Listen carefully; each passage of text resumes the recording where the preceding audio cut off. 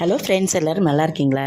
இன்று நம்ம பார்க்க போகிறது என்னென்னாக்கா ஒரு ஆன்மீக நிகழ்ச்சியை தான் பார்க்க போகிறோம். அதில் வந்து என்னென்னு பார்த்தீங்கன்னா, திருச்சி திருவானை கோயிலில் வந்து அந்த அகிலாண்டேஸ்வரி அம்மனுக்கு வந்து தாடங்கம் வந்து பிரதிஷ்டை பண்ணுறது தான் நம்ம இன்றைக்கி தெரிஞ்சுக்க போகிறோம்.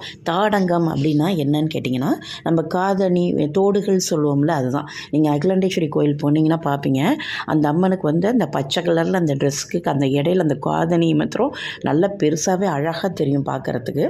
அந்த மூலவருக்கு தான் நம்ம வந்து அம்மனுக்கு வந்து அந்த அந்த காதணி விழா நடந்திருக்குது. அது எப்படின்னாக்கா, ஆதிசங்கரர் வந்து அந்த காதணியை வந்து தாடங்கத்தை வந்து பூஜை செய்து அதை வழங்கியிருக்கார். இதை தொடர்ந்து செஞ்சுருக்காங்க. ஏன்னு கேட்டிங்கன்னா, ஓரளவுக்கு போவேல அதில் வந்து அந்த ஒரு சில காலங்களுக்கு அப்புறம் அந்த தாடங்கத்தை அவுத்து அவங்க வந்து அதை சுத்தம் செய்து திரும்பவும் இதை வந்து அணிவிக்கிறது ஒரு பழக்கமாக இருக்குது அங்கே. அதனால் இதை செஞ்சுருக்கிறாங்க. இது வந்து இந்த தாடங்கம் அப்படிங்கிறதுல வந்து அதில் வந்து ஸ்ரீ சக்கரம் பொறிக்கப்பட்டிருக்கிறதுனால ரொம்ப சக்தி வாய்ந்த ஒரு ஸ்ரீ சக்கரம் தான் அதில் வச்சுருக்காங்க அந்த தாடங்கத்தில், அந்த தோட்டில். இதை வந்து என்ன செய்கிறாங்கன்னா, இதை யார் வந்து அணிவிச்சார் அப்படின்னு கேட்டிங்கன்னா, காஞ்சி காமகோடி பீடாதிபதி தான் திருப்பணியை வந்து தொடர்ந்து செஞ்சுக்கிட்டு இருக்காரு.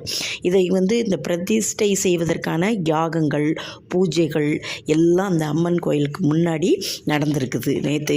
நேற்று தான் எல்லாம் செஞ்சுருக்கிறாங்க. இதில் வந்து 100க்கும் மேற்பட்ட பக்தர்கள்லாம் கலந்துட்டு அவங்களோட குழந்தைங்களுக்கும் அங்கே காதணி அனுபவிச்சிருக்காங்க.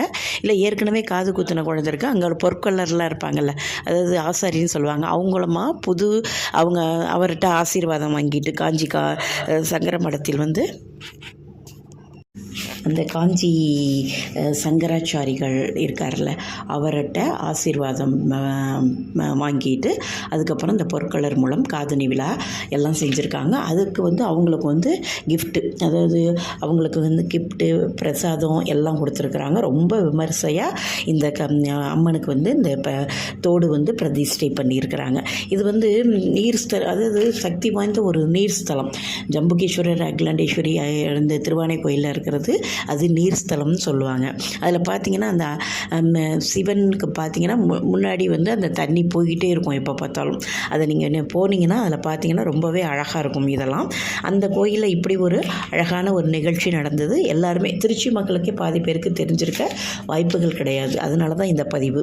அதை வந்து இந்த மாதிரி இந்த தாடங்கம் வந்து அனுபவிச்சுட்டு அவங்களுக்கு அணிவிக்கிறது அப்படிங்கிறது ஒரு ஃபங்க்ஷனாக கொண்டாடி அதில் வந்து அந்த கலந்து கொண்டாடிய அவர் வந்து காஞ்சி காமகோடி விஜேந்திர சரஸ்வதி சுவாமிகள் வந்து இதெல்லாம் செய்து, அதாவது அந்த தாடங்கத்தை வச்சு அதுக்கு பூஜைகள் யாகங்கள் மந்திரங்கள்லாம் நல்லா முழங்க அதை நல்லா பூஜை செஞ்சு அதுக்கப்புறம் தான் அதை அவருக்கு வந்து அம்மனுக்கு வந்து அதை வந்து அனுபவிச்சிருக்காங்க. அணிவித்து அதை ஒரு பெரிய விழாவை மாதிரி செஞ்சுருக்கிறாங்க. அந்த பீடாதிபதி வந்து இதை செஞ்சுருக்கிறாரு. விஜேந்திர சரஸ்வதி சுவாமிகள் வந்து செஞ்சுருக்கிறாங்க. இது வந்து அதெல்லாம் அனுபவிக்கிறதுக்கு அது அவங்களுக்கு போடுறதுக்கு முன்னாடி இவ்வளோ பூஜைகள் யாகங்கள் எல்லாம் நடத்தி அவங்க ஒரு விமர்சனையாக செஞ்சு அவங்களுக்கு செஞ்சுருக்கிறது வந்து ஒரு அதாவது நம்மளால் தெரிஞ்சுக்கக்கூடிய ஒரு விஷயங்கள் இதெல்லாம்.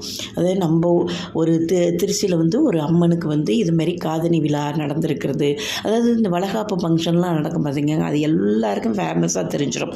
இந்த மாதிரி வந்து இதுமாரி செய்வாங்களா அந்த அம்மன் காதில்? நம்ம என்னென்னு சொல்லிப்போம், ஒரு அலங்காரத்துக்காக அந்த காதில் தோடு பெருசாக போட்டிருப்பாங்க நம்ம அப்படின்னு நினச்சிருப்போம். ஆனால் அது வந்து ரெகுலராக எப்போதுமே அவங்க காதில் இருக்கக்கூடியது. அதை வந்து கலற்றி அப்பப்போ ஒரு குறிப்பிட்ட காலம் வச்சுருக்காங்களாம். அதுக்கப்புறம் தான் அதை கலட்டி அதை சுத்தம் செஞ்சு திரும்பவும் அதை போடுறதுக்கு இதுமாரி சங்கராச்சாரி காஞ்சி பீடாதிபதி வந்து செஞ்சுருக்கிறாரு அப்படிங்கிறதெல்லாம் ஒரு நல்ல ஒரு விஷயம். இது வந்து எவ்வளோ விமர்சனையாக செஞ்சுருப்பாங்க. ஏன்னா ஒரு சக்தி வாய்ந்த ஸ்தலங்க அது. அகிலாண்டேஸ்வரி ஜம்புகேஸ்வரர் கேட்டதெல்லாம் கொடுப்பாங்க. போயிட்டு வந்தோம்னா நம்ம நினைத்ததெல்லாம் நடக்கும். அங்கே வந்து அவ்வளோ அந்த ஜம்புகேஸ்வரர் வந்து ரொம்ப ஒரு சக்தி வாய்ந்த ஒரு